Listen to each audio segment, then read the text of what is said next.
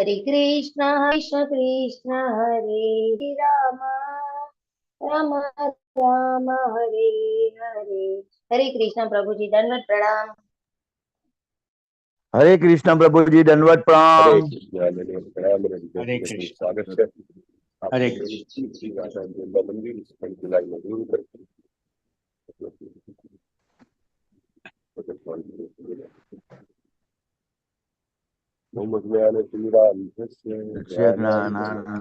शलाकया चक्षुरुन्मिलितं येन श्री चैतन्य मनोभीष्टं स्थापितं येन भूतले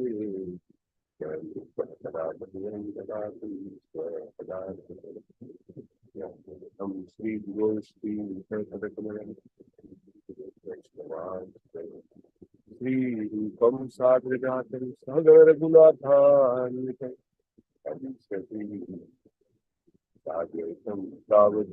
परिजन सहितं श्री कृष्ण चैतन्य देवम श्री राधा कृष्ण पादान सगण ललितान श्री विशाखान्वितांश्च हे कृष्ण करुणा सिंधो दीन बंधो जगतपते गोपेश गोपिका कांत राधा कांत नमोस्तुते तप्त कांचन गौरांगी श्री राधे वृंदावनेश्वरी वृषभानुसुते देवी प्रणमामि हरिप्रिये वाञ्छाकल्पतरुभ्यश्च कृपा सिन्धुभ्य एव च पतितानां पावनेभ्यो वैष्णवेभ्यो नमो नमः।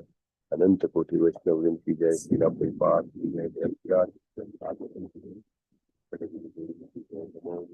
पादाय हरे कृष्ण। नमस्ते सारस्वते देवे गौरवाणी प्रचारिणे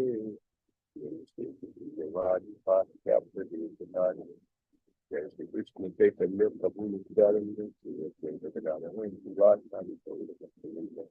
हरे कृष्ण कृष्ण कृष्ण हरे हरे हरे हरे राम हरे राम हरे राम हरे राम हरे हरे। राम राम हरे हरे।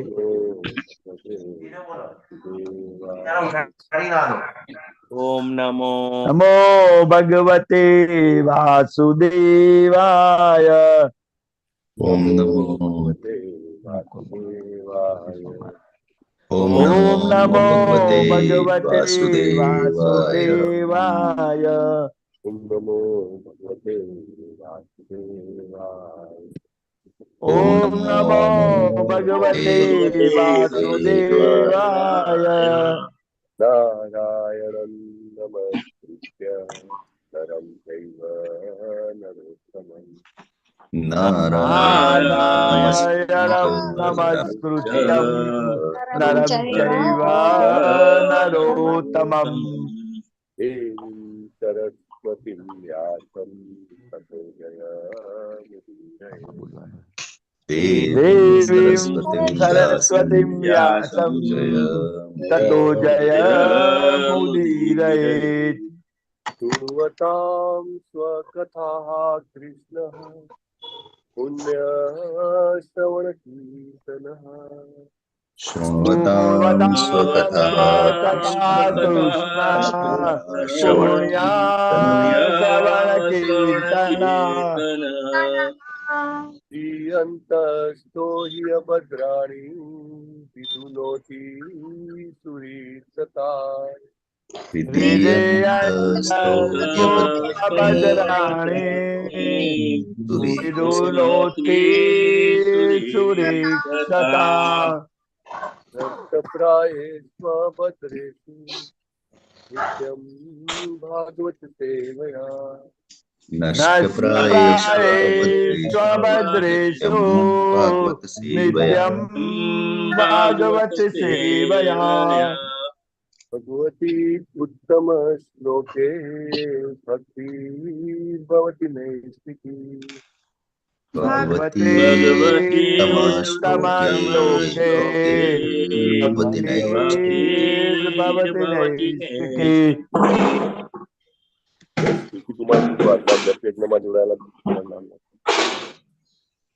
हरे कृष्ण प्रभु जी। हरे कृष्ण, दंडवत प्रणाम।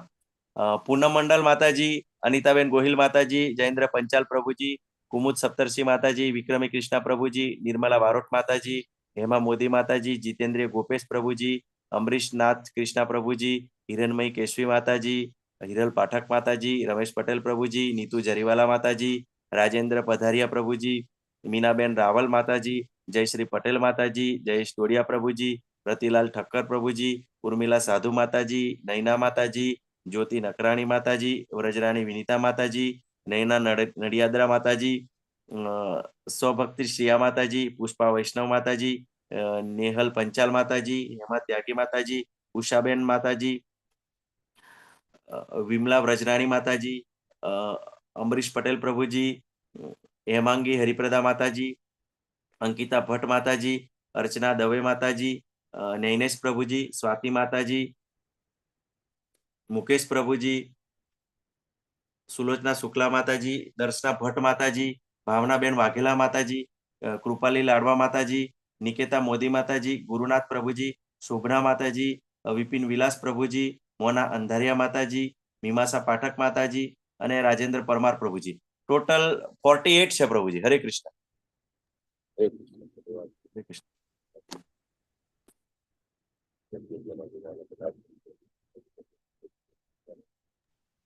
પ્રભુજી તમારું માઇક થોડું આગળ કરવો છો. અવાજ આવે.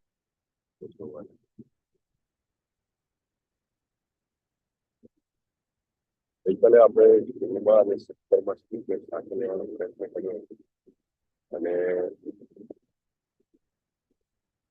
પૂરી ચર્ચા બાકી છે.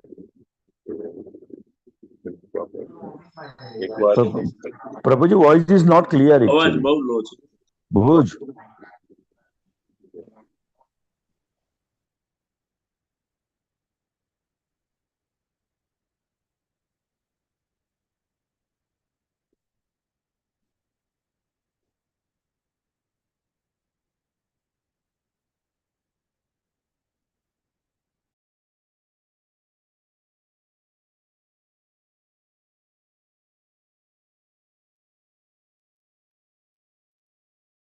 હરે કૃષ્ણ. હરે કૃષ્ણ. અવાજ આવે છે બરાબર? હા પ્રભુજી, બરાબર છે. હવે બરાબર છે. બરાબર.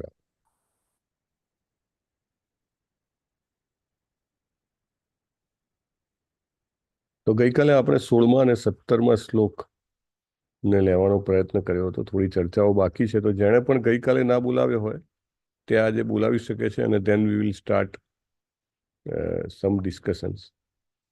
ઓકે, હું એકવાર ગાઈ લઉં, ધેન જેને પણ બાકી હોય ગઈકાલે તે જ ગાય. અને સવૈ મહાભાગવત પરીક્ષિત યેનાપવર્ગાખ્યમદ પ્રબુદ્ધિ સવે ભાગવત પરીક્ષિત येन परवर्गाख्यमद प्रबुद्धि જ્ઞાનેન વૈયાસકી શબ્દિતેન ભેજે ખગેન્દ્ર ધ્વજપાદમૂલમ. ज्ञानेन वैयासकी शब्दितेन भेजे खगेन्द्र ध्वजपादमूलम्. 17મું જોઈએ. તન્નઃ પરમ પુણ્યમ સંવૃતાર્થમ આખ્યાનમત્યદ્ભુત યોગનિષ્ઠમ. परम पुण्यम संवृत्तार्थ आख्यानमत्यद्भुत योगनिष्ठम्. આખ્યાયનંતાચરિતોપપન્નમ પારીક્ષિતમ ભાગવતાભિરામમ. आख्यानहन्ताचरितोपपन्नं पारीक्षितं भागवताभिरामम्. કોને ગઈકાલે નથી બોલાવ્યો તે બોલાવી શકે છે.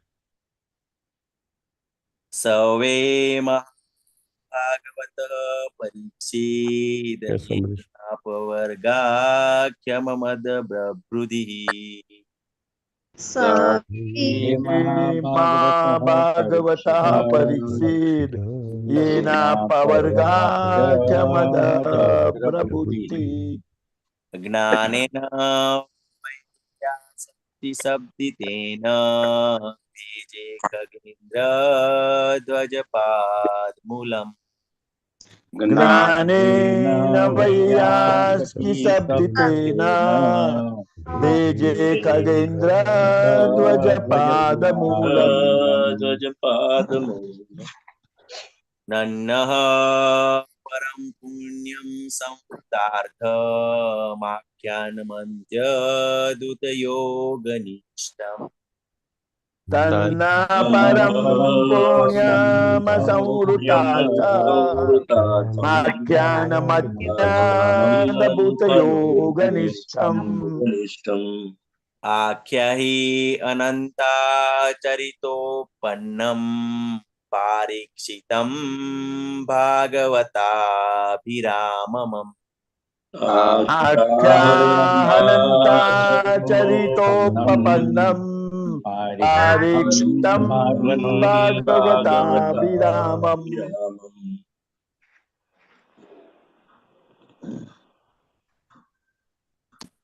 Done.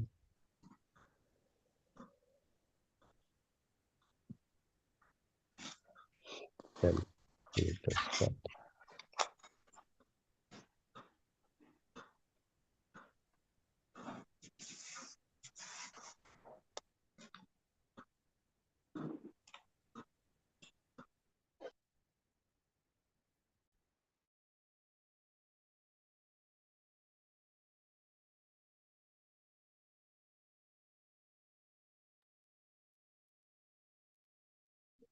લલિત કુમાર પ્રભુ શ્લોક બોલાવતા હતા, આઈ ડોન્ટ નો. ટ્રાય કરું પ્રભુજી. હરે કૃષ્ણ. સવે મહાભાગવતઃ પરીક્ષિત येनापवर्गाख्यमदब्रबुद्धिः ज्ञानेन वैयासकिशब्दितेन बेजे खगेन्द्रध्वजपादमूलम् 17 तन्नः परं पुण्यं संवृतार्थम् आख्यानं त्यद्भुतयोगनिष्ठम् आख्याहनन्ताचरितोपपन्नम् पारीक्षितं भागवतभिरामम्. हरे कृष्ण प्रभुजी.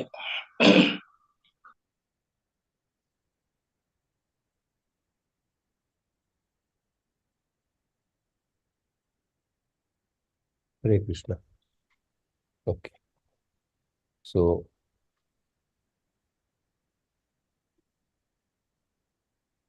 શ્લોક નંબર 16 જે છે એમાં 16 અને 17 આમ તો બંને શ્લોકની થીમ સેમ છે કે સૌનક મુનિ જે છે સૂત ગોસ્વામીને કહી રહ્યા છે કે જેમની બુદ્ધિ મોક્ષ ઉપર સ્થિર થઈ હતી એવા મહારાજ પરીક્ષિતને સાંભળવાથી જે પક્ષીઓના રાજા ગરુડના આશ્રય સ્થાન એવા ભગવાનના ચરણોની પ્રાપ્તિ થઈ તે ભગવાનની કથા અમને સંભળાવો.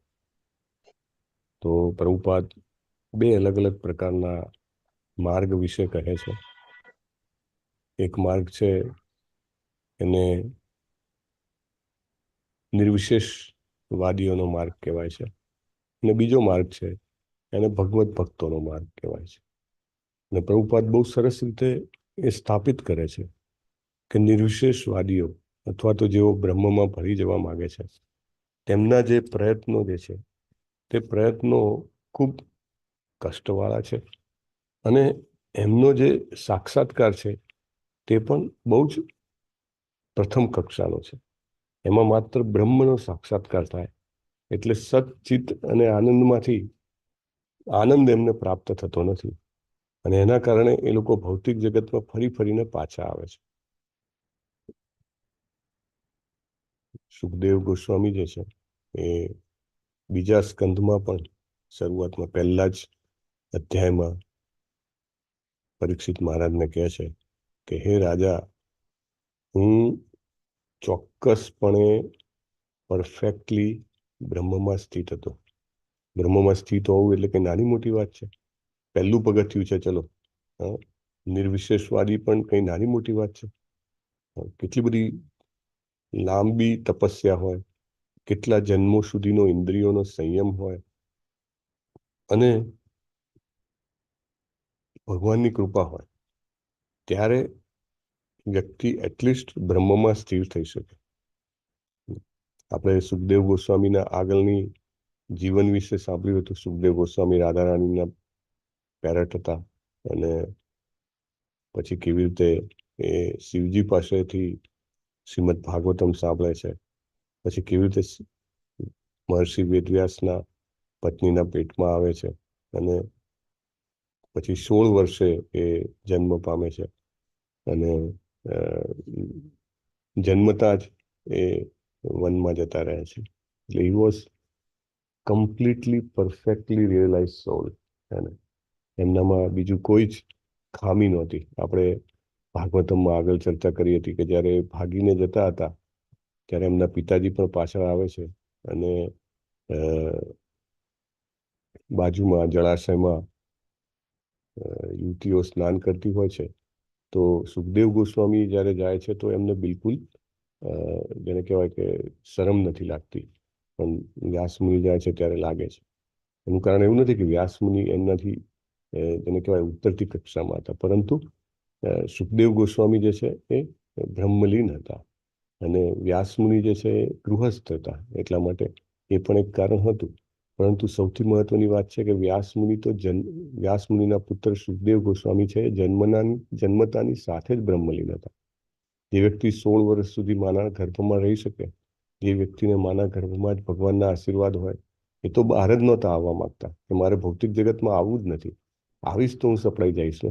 જ્યારે ભગવાન એમને એશ્યોરન્સ આપે છે કે નહીં, માયા તને ટચ નહીં કરી શકે અને ત્રિગુણાતીત રહી શકીશ, ત્યારે ભગવાનના પ્રોમિસ ઉપર એ ભૌતિક જગતમાં આવવા તૈયાર થઈ જાય છે. એટલે બીજા સ્કંદમાં આપણે પ્રથમ અધ્યાયમાં જ જોશું તો એ પોતે પોતાના શબ્દોમાં કહે છે, પરિનિષ્ઠિતોપી નૈર્ગુણ્ય ઉત્તમ શ્લોક લીલે ગૃહિત ચેતા રાજર્ષે આખ્યાનમ યદધિતવાન. બહુ જ સરસ કહે છે કે મને કોઈ જ જેને કહેવાય કે વિશ્વમાં સર્વશ્રેષ્ઠ જે સિચ્યુએશન છે એ મને પ્રાપ્ત હતી, અને છતાંય હું ભગવાનના જે લીલાઓ જે છે એનાથી આકર્ષાય. એટલે જેને કહેવાય કે પૂર્ણ સત્ય જે છે એ એનું પહેલું પગથિયું છે બ્રહ્મ. જેવી રીતે આપણે 3 સ્ટેજમાં આગળ ભાગવતમમાં જોયું, બ્રહ્મ, પરમાત્મા ને ભગવાન. તો બ્રહ્મ એ પહેલું પગથિયું છે, અને જેમ જેમ વ્યક્તિ આગળ વધે તેમ પરમાત્મા, અને પછી આગળ વધે એમ એને ભગવાન વિશેનું જ્ઞાન પ્રાપ્ત થાય છે. અને ભાગવતમ જે છે એના માટેનો શ્રેષ્ઠ રસ્તો છે. જે વ્યક્તિઓ પાસે જ્ઞાન ઓછું હોય છે એ લોકો ભગવાનના સગુણ સાકાર સ્વરૂપને સ્વીકારી શકતા નથી. ઓછું જ્ઞાન જ કહેવાય. એ લોકો એવું કહે છે કે બ્રહ્મ તો કેવું છે, નિર્ગુણ નિરાકાર છે, અને એ ભગવાનની જે વ્યક્તિગતતા છે, પર્સોનાલિટી જેને કહેવાય, ભગવાનના ગુણ છે, લીલાઓ છે, કાર્યો છે, એને એ લોકો સમજી શકતા નથી. એમાં એ લોકો જાત જાતના કારણો આપે છે, દલીલો કરે છે, અને એવું કહે છે કે ભાઈ જે પૂર્ણ સત્ય છે એ જે છે એ પ્રકાશ છે, અને એમાંથી જ બધા અવતારો આવે છે. આવી બધી વાતો અવ્યક્તવાદીઓ કરે છે. પણ સુખદેવ ગોસ્વામી જે છે એ નિર્વિશેષવાદી હોવા છતાં એ ભગવાનના લીલાઓથી આકર્ષાયા વગર રહી ના શકે. એમને ભૌતિક જગતની જે એક્ટિવિટીઝ છે, પ્રવૃત્તિઓ છે, એ એમને આકર્ષી ન શકી. એને તો એ ઘડીના 6ઠ્ઠા ભાગમાં છોડી દીધા. જેવો જન્મ થયો એવો જ છોડી દીધો. પણ ભગવાનની જે એક્ટિવિટી છે, ભગવાનની જે દિવ્ય પ્રવૃત્તિ છે, એનાથી આકર્ષાયા વગર ન રહી શકે. અને આ ગુણ છે, આ એક બહુ જ મહત્વનો ગુણ છે કે કોનાથી આપણે આકર્ષણ પામીએ છીએ.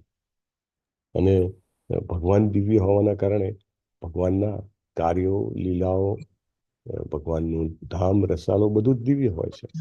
અને એટલા માટે પ્રભુપાદ કહે છે કે અત્યાર સુધી એવા અગણિત દાખલાઓ છે કે જે લોકો બ્રહ્મવાદી હતા, નિર્વિશેષવાદી હતા, એ લોકો ભક્ત બન્યા છે. અગણિત દાખલાઓ છે. પણ એવો તમને એક પણ દાખલો નહીં મળે કે એક ભક્ત છે એ નિર્વિશેષવાદી બની ગયો. જ્યારે વ્યક્તિને હાયર ટેસ્ટ પ્રાપ્ત થાય તો શું કામ એ લોઅર ટેસ્ટમાં આવે? અને ભગવદ્ ગીતાનો પણ બહુ સરસ રેફરન્સ આપે છે. એકચ્યુઅલી પ્રભુપાદ આપણને બધું જ એક જ થાળીમાં પીરસી દે છે. 12મા અધ્યાયના 5મા શ્લોકનો રેફરન્સ છે, ક્લેશો અધિકતરસ્તેષાં અવ્યક્તા અવ્યક્તા હિ દુઃખમ દેહવદ્ભીર્વાપ્યતે. બહુ જ ક્લિયરલી કહી દીધું છે. ભગવાન પોતે કહે છે ભગવદ્ ગીતામાં, હી હિમસેલ્ફ સેઝ. જે લોકો નિર્ગુણ નિરાકારમાં માનવા માંગે છે, મોટે ભાગે તો એવું કે અમે ઓમકારમાં જ માનીએ છીએ, અથવા અમે પ્રકાશમાં, અમે બ્રહ્મમાં જ માનીએ છીએ, બધું જ બ્રહ્મમાંથી આવેલું છે, આવું બધું જે બોલવાવાળા છે, ભગવાન શું કહે છે એના માટે? એમને શું થશે? ક્લેશો અધિકતરસ્તેષાં. ક્લેશ પણ પડશે. અને કેવો ક્લેશ પડશે? ક્લેશ એટલે કે ટ્રબલ, ડિફિકલ્ટી, પ્રોબ્લેમ્સ, એ બધા જ આવશે. આધ્યાત્મિક યાત્રામાં આટલી બધી ડિફિકલ્ટી, ટ્રબલ્સ, પ્રોબ્લેમ્સ આવશે. કેટલી? અધિકતર. અધિકતર એટલે ખૂબ વધારે, ખૂબ વધારે મુશ્કેલો આવશે. અને કેમ? કોને આવશે? તો કે તેસામ, તેમને આવશે. તેસામ એટલે કોણ? તો કે અવ્યક્ત ચેતસામ. તેસામ અવ્યક્તાસક્ત ચેતસામ. જે અવ્યક્તમાં આસક્ત છે, જેમની ચેતના તેવા. તો જે કોઈ પણ નિર્ગુણ નિરાકારમાં હોય એમની ચેતનાને ખૂબ દુઃખ પહોંચે છે. અવ્યક્તા હિ ગતિર દુઃખમ. બહુ જ ક્લિયરલી જે અવ્યક્તમાં માને છે એમની ગતિ બહુ દુઃખવાળી હોય છે. એમની આખી જે પ્રોસેસ છે ને, એ બહુ પેઇનફુલ પ્રોસેસ છે. કારણ કે આપણે બધા તો શરીરવાળા છીએ, આપણે બધા વ્યક્ત છીએ. આપણને શરીર આપવામાં આવ્યું છે, આપણને ભૌતિક દ્રષ્ટિ આપવામાં આવી છે, આપણે બધું જોવા માંગીએ છીએ, આપણે બધું જાણવા માંગીએ છીએ, સ્પર્શ કરવા માંગીએ છીએ, અનુભવવા માંગીએ છીએ. તો આપણે એવી વસ્તુનો ખ્યાલ કેવી રીતે મેળવી શકીએ કે જેને આપણે જોઈ ન શકીએ, જાણી ન શકીએ? પ્રભુપાદ જ્યારે અમેરિકા ગયા તો કે તમારા ધર્મમાં ને અમારા ધર્મમાં કે તમે ફેર શું છે? પ્રભુપાદ કહે છે કે તમે ભગવાનને જાણો છો? એટલે કે હા, જાણતા નથી, પણ કે અમને એમના વિશે થોડી ખબર છે. કે અમારા જે એસ્ટાબ્લિશર છે એ કહે છે કે હું તો ભગવાનનો પુત્ર છું. કે ભગવાન કોણ છે? કે ભગવાનના માતા પિતાનું નામ શું છે? એ ક્યાં રહે છે? એ શું કરે છે? એમનું ફેવરિટ ફૂડ શું છે? એમનું ફેવરિટ પાસ ટાઈમ શું છે? તમને ખબર છે? એમની હોબી શું છે? ના, કે મારી જોડે મારી પાસે એ ઇન્ફોર્મેશન છે, એ આપવા આવ્યો છે. એમનું નામ શું છે? એમનું ગામ કયું છે? એમના મમ્મી પપ્પા કોણ છે? એમને શું કરવું ગમે છે? એ શું ખાય છે? તો આ બધું હું તમને આપવા માટે આવ્યો છું. એટલે આ રસ્તો જે છે બહુ જ સરળ છે, સરળ અને પ્રભાવશાળી છે, અને તમને સર્વશ્રેષ્ઠ રિઝલ્ટ આપવાવાળો છે. બાકી જે લોકો અવ્યક્તવાદમાં માને છે, ઇટ ઇઝ ડિફિકલ્ટ ને ઘણા કલાકો સુધી બેસીને સમજો કે એવું ધ્યાન કરવું કે જેમાં કંઈ શરીરનું હલનચલન ના હોય. It is very difficult. અને સામે આઉટપુટ શું? હા, એટલું ખરું કે પેલું પાણી જે છે તમે હલાવતા હો ને પછી એને મૂકી દો થોડી વાર, તો શાંત થાય, તો થોડુંક જે કચરો હોય નીચે બેસી જાય. પણ એનાથી બિયોન્ડ કંઈ ફાયદો કરો? ખરેખર તમે ભગવાનને જાણી શકો? એ તો ડિફિકલ્ટ છે. અને એમાં પણ અવ્યક્તવાદી માટે તો ખાસ ઇનકન્સિવેબલ શબ્દ પ્રભુપાદે વાપર્યો છે. અચિંત્ય, અનમેનિફેસ્ટેડ, એટલે કે જેમનું સ્વરૂપ જ ના હોય, ઇમ્પર્સનલ, અવ્યક્તવાદી, અવ્યક્ત, એવા ભગવાનને કેવી રીતે કોઈ અનુભવી શકે? જ્ઞાનીઓ જે છે આ રસ્તા ઉપર જાય એમને ખૂબ તકલીફ પડે છે. પણ ભક્તિમાં જે લોકો આગળ વધવા માંગે છે બહુ સરળ છે. એમનું સરસ મજાનું ચિત્ર હોય, અથવા એમનો સરસ વિગ્રહ હોય, એમની સામે એમના અદ્ભુત નામ, એમની અદ્ભુત લીલાઓ, એમના ભક્તોના કાર્યો, આ બધું કેટલું સરળ છે સાંભળવું, એના વિશે વિચારવું, એને યાદ રાખી લેવું, અને હૃદયમાં હંમેશા તેને સ્મરણ કરવું. તો ઇટ ઇઝ મચ ઇઝી ને, મચ ઇઝી. પ્રભુપાદ કહે છે કે ભક્તિ યોગી છે ભગવાનના વિગ્રહને આરાધના કરે છે. અને જ્યારે વ્યક્તિ પોતાનું શરીર જોવે તો એ ભગવાનના દિવ્ય શરીરની પરિકલ્પના કરી શકે છે.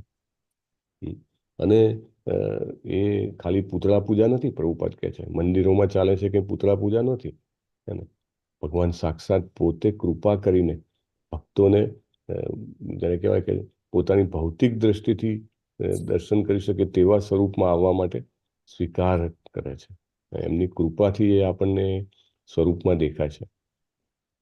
પ્રભુપાદ તો બહુ સરસ ઉદાહરણ પણ આપે છે કે જેવી રીતે તમારા મોહલ્લામાં કે તમારા સોસાયટીમાં કે 4 રસ્તા ઉપર એક ટપાલ પેટી હોય, ટપાલ પેટીમાં તમે પત્ર નાખો તો ચોક્કસ તમને ખાતરી છે કે એનું જે સરનામું છે એ સરનામે પહોંચી જશે, રાઈટ? એવી જ રીતે ભગવાનનો જે વિગ્રહ છે અથવા તો ભગવાનનો જે ફોટો છે એ એક્ઝેક્ટલી એ રીતે જ કામ કરે છે. આપણે એમને જે કંઈ પણ પ્રાર્થના કરીએ છીએ, જે કંઈ પણ ભોગ લગાવીએ છીએ, આપણે એમને જે કંઈ પણ અર્પણ કરીએ છીએ, પુષ્પ પત્રમ પુષ્પમ ફલમ તોયમ, હા, તમે એમને અગરબત્તી કરો છો, તમે એને આરતી કરો છો, ભગવાન જરૂર સ્વીકારે છે. પ્રભુપાદ કહે છે. અને આર્ચા વિગ્રહ જે છે એ ભગવાનના સાક્ષાત અવતાર છે. અને કેટલું સરળ કરી નાખ્યું ભગવાને એ વિગ્રહ દ્વારા કે ફોટા દ્વારા. સર્વશક્તિમાન અને સચરાચર હાજર એવા ભગવાન આપણી સામે એ એમની પ્રતિકૃતિમાં હાજર રહે એ કંઈ નાની મોટી વાત છે? એટલા માટે ભક્તને ક્યારેય તકલીફ નથી પડતી કે ભગવાન પાસે પહોંચવામાં. ભક્ત જે છે બહુ સરળતાથી ભગવાન પાસે પહોંચી શકે છે. It is easy for him. અને જ્યારે એ ભગવાનનો મહિમા સાંભળે છે, એ ભગવાનને ધરાવેલો ભોગ ગ્રહણ કરે છે, ત્યારે એ ભગવાનને બહુ સારી રીતે સાક્ષાત્કાર કરી શકે છે, સરળતાથી સાક્ષાત્કાર કરી શકે છે. જ્યારે જે અવ્યક્તવાદી છે એના માટે રસ્તો બહુ જ અઘરો છે.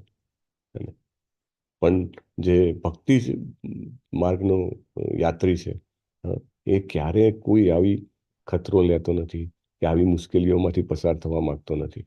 એ તો ભગવાનને ડાયરેક્ટલી અપ્રોચ કરે છે, હે ને? સીધું ભગવાનને અપ્રોચ કરે છે. એને કોઈ જ પ્રકાશનો સહારો નથી લેવો પડતો કે કોઈ એવા શબ્દોનો સહારો નથી લેવો પડતો. He is very very straight forward. પ્રભુ કહેતા હતા કે અવ્યક્તવાદી હોય તો એનો ખોરાક લેતો હોય તો શાક, દાળ, મીઠાઈ, ખટાશ બધું ભેગું કરી દે, હે ને?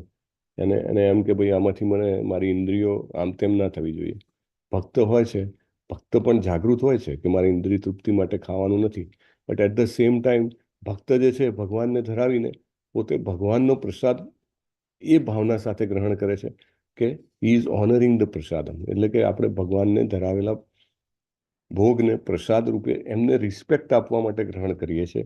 અને બીજી એક ભાવના હોય કે કૃષ્ણ, હું જે આ ગ્રહણ કરું છું તેનાથી મારું શરીર સુચારુ રૂપે ચાલે અને જેથી આ શરીરથી હું તારું નામ લઈ શકું.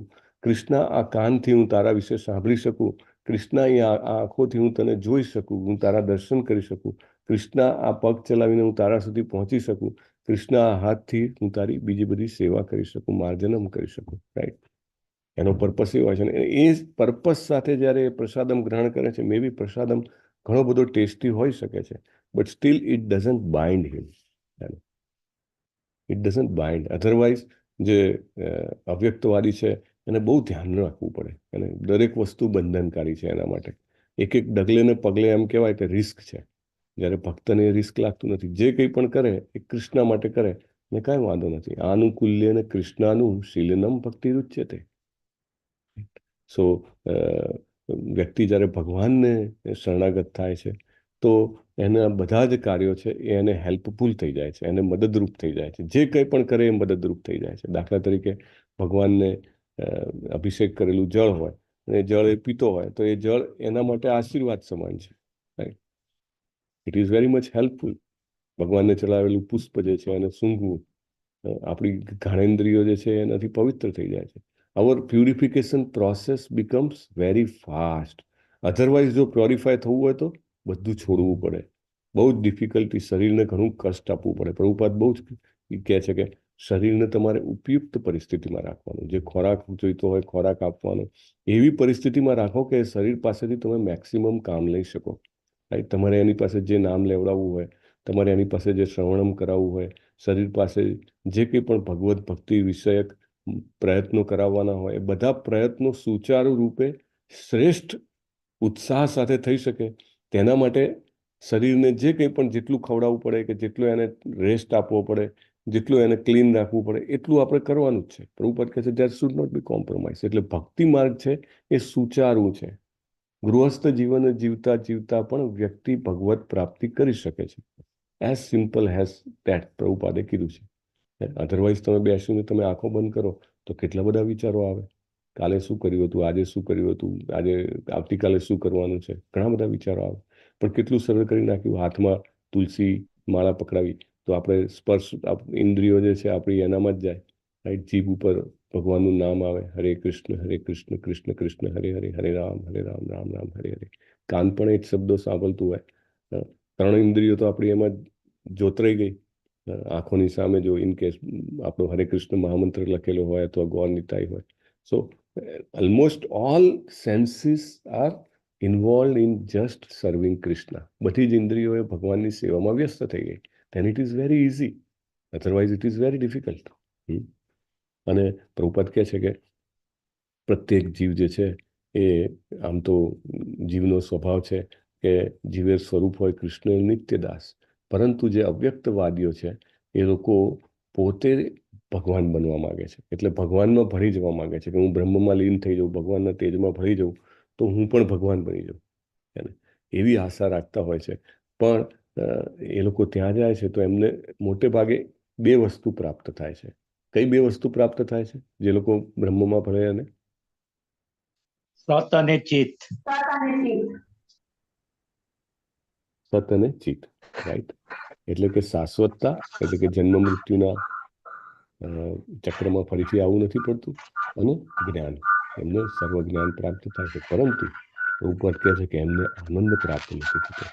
અને જીવનો સ્વભાવ છે આનંદ, કારણ કે આપણે ભગવત ધામમાંથી આવીએ છીએ તો ત્યાં આગળ આપણો સ્વભાવ આનંદ સ્વરૂપ છે, એટલે આપણને આનંદ જોઈએ છે, રાઈટ. તો એ અમને પ્રાપ્ત થતો નથી. પણ કોઈ ભક્તની કૃપા થાય તો વ્યક્તિ આજે અવ્યક્તવાદી હોય, નિરુશેષવાદી હોય તો પણ એ ભક્તિ યોગમાં આવી શકે છે. એટલે ભક્તો હંમેશા પ્રાર્થના કરતો હોય છે કે ફલાણી વ્યક્તિને તમારી ભક્તિ મળે. અને કોઈ આપણા માટે પ્રાર્થના કરી હોય ત્યારે જ આપણે ભક્તિ માર્ગમાં આવ્યા હોઈએ. It doesn't happen. કોઈ આપણને જોવે અને એને એમ લાગે કે ના ભાઈ, આ વ્યક્તિને કેમ આ ભક્તિનો આનંદ ના મળે, કેમ આને કૃષ્ણ કૃપા, કૃષ્ણ પ્રેમ પ્રાપ્ત ન થાય. એના માટે પેલાની ઈચ્છા થાય. એ વ્યક્તિ ઓલરેડી ભક્તિ માર્ગમાં પ્રયત્નશીલ હોય, આગળ પડતા હોય, તો એના કારણે બીજાને મળે. દાખલા તરીકે પ્રભુપાદ આવ્યા, પ્રભુપાદને ખૂબ ઈચ્છા હતી કે આ કલયુગના બધા જે આપણે બધા જીવો છે એમને કૃષ્ણ પ્રેમ પ્રાપ્ત થાય. તો એમની ઈચ્છાને કારણે ઘણા બધા એ વખતે હાજર હતા, એમને પણ કૃષ્ણ ભક્તિ પ્રાપ્ત થઈ. અને આપણને બધાને પણ કંઈક અંશે, જેને કહેવાય કે ડ્રોપ ઓફ એન ઓશન, એક સાગરના બિંદુ સમાન પ્રેમ જે છે આપણને પ્રાપ્ત થાય, અને એના કારણે આપણું જીવન સફળ થઈ જાય. એક જીવ જે છે એ ઘણી બધી મુશ્કેલ પરિસ્થિતિઓમાંથી પસાર થતો હોય છે, અને જ્યાં સુધી એને આ ભક્તિ માર્ગ નથી મળતો ત્યાં સુધી એને ખૂબ તકલીફો પડે છે. એ પછી જે તકલીફો આવે છે એને એવું લાગે છે કે it's a part and parcel of your purification. અને ત્યાં સુધી એને એવું લાગતું નથી. એને એવું લાગે છે તકલીફો આવે તો એ બિન અનુકૂળ છે, અને ભોગવવા મળે એ અનુકૂળતા છે. એ એવું જ સમજે છે. પણ વ્યક્તિ જ્યારે જેમ જેમ ભગવદ્ ગીતાનું અધ્યયન કરે છે તો એને રિયલાઇઝ થાય છે કે I am anyway in the process of purification. અને જીવનના જેટલી ક્ષણો આપણે ભગવદ્ ભક્તિમાં ગાળી, ભગવાનનું નામ લેવામાં ગાળી, ભગવદ્ ગીતા ભાગવતમના અધ્યયનમાં ગાળી, તે ક્ષણો મારી કમાઈ છે. એમ કહેવાય ને કે વ્યક્તિ કંઈ બિઝનેસ કરતો હોય તો સતત પોતાની કમાઈ પ્રત્યે જાગૃત હોય. કેટલો વકરો થયો અને કેટલો પ્રોફિટ થયો, હંમેશા એ સભાન હોય. એવી રીતે જ્યારે વ્યક્તિ ભગવત ભક્તિમાં સભાન બને છે ત્યારે એને રિયલાઇઝ થાય છે કે આજે મને શું મળ્યું છે. એ જેને કહેવાય ને ભૌતિક લાભથી એ ક્યારેય ઇમ્પ્રેસ થઈ જતો નથી. ધ્યાન પ્રભુપાદ કહે છે કે વ્યક્તિ શાસ્ત્ર અધ્યયન કરવાથી પોતાની જીવનની મહત્વતાને જાણી શકે છે. શાસ્ત્રો ઘણા બધા છે, 4 વેદો, 18 મુખ્ય પુરાણો, 18 ઉપપુરાણો, 108 ઉપનિષદો. આ બધું જ જે છે એનો સાર પાછો વેદાંત સૂત્રમાં આપ્યો. અને આપણે બધા ક્યાં વેદાંત સૂત્ર ભણવા જવાના? ઇનફેક્ટ વેદાંત સૂત્ર જે ભણે છે એ લોકો પણ બહુ જ એમ કહી શકાય કે ઘણીવાર મિસગાઈડેડ હોય છે. એટલા માટે સાચી પરંપરામાં એને ભણવા જોઈએ. એટલે વેદાંત સૂત્રો ઉપરની વ્યાખ્યા કરીને એના ઉપરની ટીકા કરીને શ્રીમદ ભાગવતમ આપવામાં આવ્યું છે.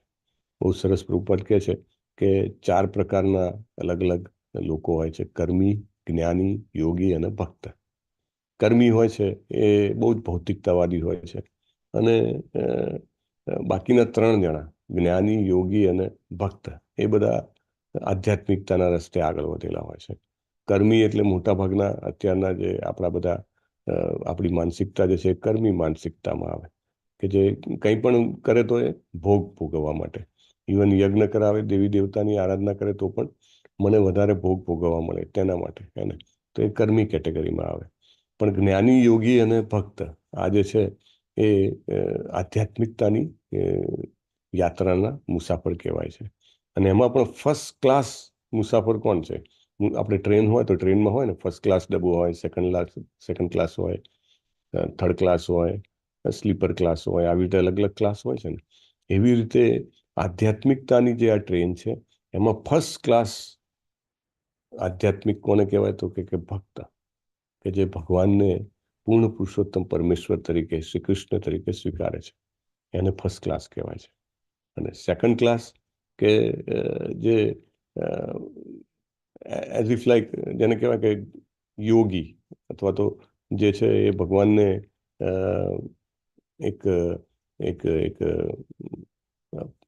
અબ્સોલ્યુટ, જેને કહેવાય ને કે નોન રિલેટિવ પર્સન તરીકે સ્વીકારે છે. અને થર્ડ ક્લાસ જે છે એ ભગવાનને જ્ઞાની એટલે કે તેજ તરીકે કે બ્રહ્મ તરીકે સ્વીકારે છે. તો પ્રભુપાદ આ રીતે એના 3 ભાગ કરે છે. અને પ્રભુપાદ કહે છે કે બાકીના જે રસ્તા છે એ બહુ અઘરા છે, અને બધા જ વેદોના સાર જે છે એવા ભાગવતમમાં સતત આ જ વસ્તુ આપણને કહેવામાં આવી છે કે આપણે ભગવાનની ભક્તિમય સેવા કરવામાં પરોવવું જોઈએ. જે કોઈ પણ રીતે, જે કોઈ પણ યથાકથા, જે કંઈ પણ તમને અનુકૂળ આવે તે રીતે આપણે ભગવાનની ભક્તિમય સેવામાં જોડાશું તો આપણું જીવન જે છે એ સફળ થઈ જશે. અને ધીરે ધીરે જેમ જેમ આપણે નામ લેતા જઈશું તેમ તેમ આપણને એ રિયલાઇઝેશન્સ વધતા જશે, આપણને એમાં રસ પ્રાપ્ત થતો જશે. અને પછી 3 પ્રકારના જે ભક્તો છે એ 3 પ્રકારના ભક્તોમાં આપણે એટલીસ્ટ મધ્યમ કક્ષાના ભક્ત સુધી પહોંચી શકીશું. જે કનિષ્ઠ ભક્તો હોય છે એ મોટે ભાગે વિગ્રહ સેવામાં માને છે, કે ભગવાનના વિગ્રહની, ભગવાનના ફોટાની આરાધના કરવી. એને ભક્તોની મહત્વ ખબર હોતું નથી, કે ભગવાન વિશે એને ભક્તો પાસેથી સાંભળ્યું નથી હોતું. પણ વ્યક્તિ જ્યારે મહાભાગવત પાસેથી, ભગવાનના ભક્ત પાસેથી સાંભળે છે ત્યારે 3 પ્રકારના ભક્તોને ડિફરન્શિએટ, અલગ અલગ કરી શકે છે. અને એટલા માટે મધ્યમ કક્ષામાં આવે છે. એ રેગ્યુલરલી હરે કૃષ્ણ મહામંત્રનો જપ કરે છે, 4 નિયમોનું પાલન કરે છે. તો આ રીતે મધ્યમ કક્ષાનો ભક્ત બને છે. એટલે એને ત્યારે ખબર પડે છે કનિષ્ઠ કોણ છે અને મહાભાગવત કોણ છે. એનો મતલબ એવો નથી કે કનિષ્ઠ પ્રત્યે કોઈ અપમાન કરશે કે એના વિશે નીચું વિચારશે, ના. પણ એટલીસ્ટ એને રિયલાઇઝ થાય છે, અને એ કનિષ્ઠ ભક્તને ભગવત ભક્તિ પ્રાપ્ત કરવા માટે પ્રયત્નશીલ બને છે. સો સેકન્ડ ક્લાસ ડિવોટી અથવા મધ્યમાં ભક્ત છે એ બહુ જ મહત્વનું પાસું છે, કારણ કે એ જ લેવલ પર પ્રીચિંગ થઈ શકે છે. એનાથી ઉપરના લેવલ પર પ્રીચિંગ થઈ શકતું નથી. It is not possible. So Bhagavad Gita અને ભાગવતમનો જે સંદેશ છે એને ફેલાવવાનો સતત પ્રયત્ન કરતો રહે છે, અને એના કારણે વ્યક્તિ પોતાને અને બીજાને પણ મદદરૂપ થાય છે. પ્રભુપાદ કહે છે, પરંતુ આજકાલ તો ઘણા બધા લોકો જે છે ભગવદ્ ગીતા અને ભાગવતમનો સંદેશ આપવા માટે ફરતા હોય છે, પણ એ કેવું છે કે સાપે દંશ દીધેલા દૂધ જેવું છે. તો એ વ્યક્તિ પોતે ભક્ત ના હોય અને ભક્તની પરંપરામાં ના આવતો હોય તો એ વ્યક્તિ દ્વારા કહેવામાં આવેલું ભગવદ્ ગીતાનું જ્ઞાન અને ભાગવતમનું જ્ઞાન એ ઝેરવાળા દૂધ જેવું છે, અને એ આધ્યાત્મિક સુસાઇડ કરાવે છે આપણને. સો વ્યક્તિએ ચોક્કસ એ ધ્યાન રાખવું જોઈએ કે ક્યાંથી સાંભળી રહ્યો છે, ક્યાંથી વાંચી રહ્યો છે. ભગવદ્ ગીતાના સેંકડો સંસ્કરણ તમને મળે. તમે બુક સ્ટોરમાં લેવા જાઓ તો તમને એટલા બધા ભગવદ્ ગીતા મળે કે તમને પોતાને ખ્યાલ ના આવે કે કયું લેવું. મોટે ભાગે લોકો કવર પેજ જોઈને, કે એનું પ્રિન્ટિંગ કેવું છે, કે બુક એની ક્વોલિટી કેવી છે, એ જોઈને લેતા હોય છે. અને પણ ધેટ ઇઝ મિસગાઇડિંગ. પ્રભુપાદ કહે છે we must take it in a discipline succession. ગુરુ શિષ્ય પરંપરામાં એ લઈને આપણે એનું અધ્યયન કરશું તો આપણે ચોક્કસ આપણા જીવનને સફળ કરી શકીશું. 17મા શ્લોકમાં પણ અગેન કહેવામાં આવે છે કે તમે પરમેશ્વરની કથાનું આખ્યાન કરો. તો સૂત ગોસ્વામી જે છે એ ઓથોરાઇઝ રિપ્રેઝેન્ટેટિવ છે. એમને સુખદેવજી પાસેથી સાંભળ્યું છે, એટલા માટે એમની પાસેથી સાંભળવા માટે વિનંતી કરે છે. અને એમની કથા કેવી છે? ભગવાનની કથા તો કે શુદ્ધ ભક્તોને અત્યંત પ્રિય છે. પારીક્ષિતમ ભાગવતાભિરામમ, એટલે કે અભિરામમ એટલે કે ખૂબ પ્રિય, અને ભાગવત એટલે કે શુદ્ધ ભક્તોને અત્યંત પ્રિય હોય છે ભાગવતમ. સતત એનું અધ્યયન કરે છે. આપણે ગોસ્વામીઓની વાત થઈ હતી. ગોસ્વામીઓ પછી જે આચાર્યો આવ્યા, પ્રત્યેક આચાર્ય પોતાની કોમેન્ટ્રી લખી છે શ્રીમદ ભાગવતમ ઉપર. હવે 18,000 શ્લોક ઉપર કોમેન્ટ્રી લખવી કંઈ નાની મોટી વાત છે? Srila Prabhupada also invested his time. એ શા માટે લખે છે? ખાસ કરીને કે આખી પરંપરા જે ચાલી આવી, શ્રી કૃષ્ણજીથી ચાલીને છે કે આપણે પ્રભુપાદ સુધી આવી અને હજી પણ ફર્ધર ચાલે છે, એ પરંપરામાં એટલા માટે એ વસ્તુ આપવામાં આવે છે કે ટાઈમ, પ્લેસ, સર્કમસ્ટન્સીસ પ્રમાણે એને આપણને ફરીથી પીરસવામાં આવે છે, કે જેથી કરીને આપણે એ કથા સાંભળીને આપણી જાતને ભગવત ભક્તિમય કરી શકીએ. એટલે પ્રભુપાદ બહુ સરસ લખે છે કે ભક્તિ યોગનું જે વિજ્ઞાન છે એ પર અથવા સર્વોચ્ચ છે, બેસ્ટ છે. આપણને એવું લાગે આમાં શું છે, તમારે હરે કૃષ્ણનો જપ કરવાનો કે ટીન આરતી કરો કે આ તમે પ્રસાદ ધરાવો ને ખાઓ, એમાં શું છે? પ્રભુપાદ કહે છે પર છે, સર્વોચ્ચ છે, બેસ્ટ છે. ભગવદ્ ગીતા ભાગવતમનું અધ્યયન બેસ્ટ છે, કારણ કે તે સર્વ જ્ઞાન અને ધર્મથી સમૃદ્ધ હોવા છતાં વિશેષતઃ તો ભગવાનની ભક્તિમય સેવાથી સમૃદ્ધ છે. પ્રભુપાદ કહે છે હું અમેરિકા ગયો એ પહેલા સેંકડો સંસ્કરણ ભગવદ્ ગીતાના અમેરિકામાં ઉપલબ્ધ હતા, પણ એક પણ ભક્ત નહોતો. અને જેવી ભગવદ્ ગીતા યથારૂપ એમને મૂકી, કેટલા બધા ભક્ત બની ગયા. પ્રભુપાદ પોતે ભાગવતમ જ્યારે એમને છપાવ્યું તો પોતે લઈને તે વખતના પ્રધાનમંત્રી, તે વખતના વાઇસ પ્રેસિડેન્ટ ઝાકિર હુસેન મુસલમાન હતા, તો એમને પણ એ ભાગવતમ આપી આવ્યા હતા. હા, કે વાંચે, કેમ ના વાંચે? કે આટલું સરસ ભગવાનની કૃપા છે. તો રાજેન્દ્ર પ્રસાદ, એમને પણ જઈને, ડૉક્ટર રાજેન્દ્ર પ્રસાદને જઈને પણ એ આપી આવ્યા હતા. he didn't allow any stone to be unturned. સો એ આપણી પાસે છે અને આપણે એનો ઉપયોગ કરીએ, આપણા જીવનને સફળ કરીએ. વાંછા કલ્પતરુભ્યશ્ચ કૃપા સિંધુભ્યૈવ ચ પતિતાનામ પાવનેભ્યો વૈષ્ણવેભ્યો નમો નમઃ. અનંત કોટી વૈષ્ણવવૃંદ કી જય. શ્રીલા પ્રભુપાદ કી જય. ગ્રંથરાજ શ્રીમદ ભાગવતમ કી જય. સદગુરુદેવ કી જય. હરે કૃષ્ણ હરે કૃષ્ણ કૃષ્ણ કૃષ્ણ હરે હરે હરે, હરે હરે રામ હરે રામ હરે હરે રામ, રામ રામ રામ હરે હરે. હરે કૃષ્ણ. હરે કૃષ્ણ. હરે કૃષ્ણ.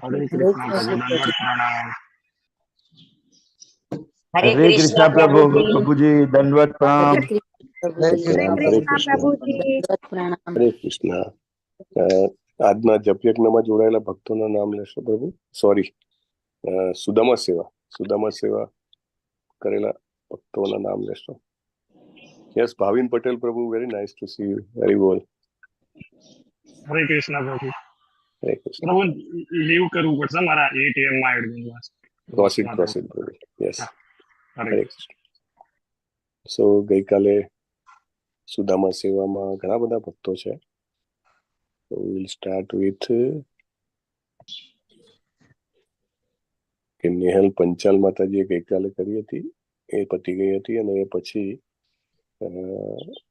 Next is UV. કોનું નામ છે? યુવી એમનું જ છે. ઓકે.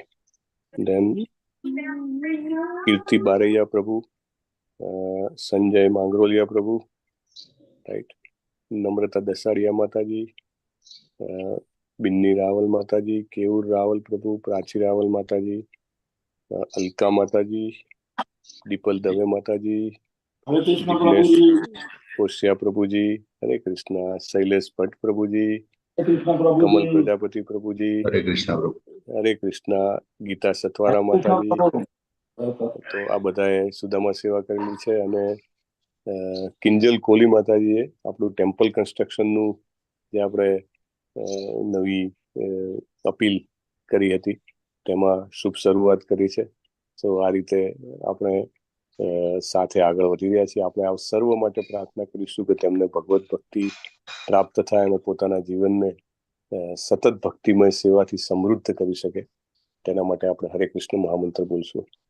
હરે હરે કૃષ્ણ હરે કૃષ્ણ કૃષ્ણ કૃષ્ણ હરે હરે હરે રામ હરે રામ રામ રામ હરે હરે. હરે કૃષ્ણ પ્રભુજી.